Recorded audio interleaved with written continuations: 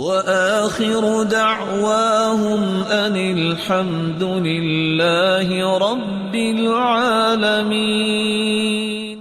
صحیح مسلم کی روایت ہے 5227، كنا اذا حضرنا مع النبی صلی اللہ علیہ وسلم، جب ہم اللہ کے رسول صلی اللہ علیہ وسلم کے ساتھ کہیں جاتے کھانے پر، لم نضع ایدینا حتی یبدأ رسول اللہ صلی اللہ علیہ وسلم، ہم اپنے ہاتھ کھانے تک پہنچاتے نہیں تھے جب تک اللہ کے رسول کھانا شروع نہیں کر دیتے تھے۔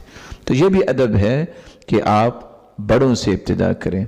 مہمان نوازی کا ایک ادب یہ بھی معروف ہے کہ مہمان کو کھانے سے پہلے پھل پیش کیا جائے، اور قرآن مجید کی آیت ہے نا، وَفَاكِهَةٍ مِّمَّا يَتَخَيَّرُونَ وَلَحْمِ طَيْرٍ مِّمَّا يَشْتَهُونَ، جنت میں پہلے پھل پیش کیے جائیں گے، پھر ایسے پرندوں کا گوشت پیش کیا جائے گا۔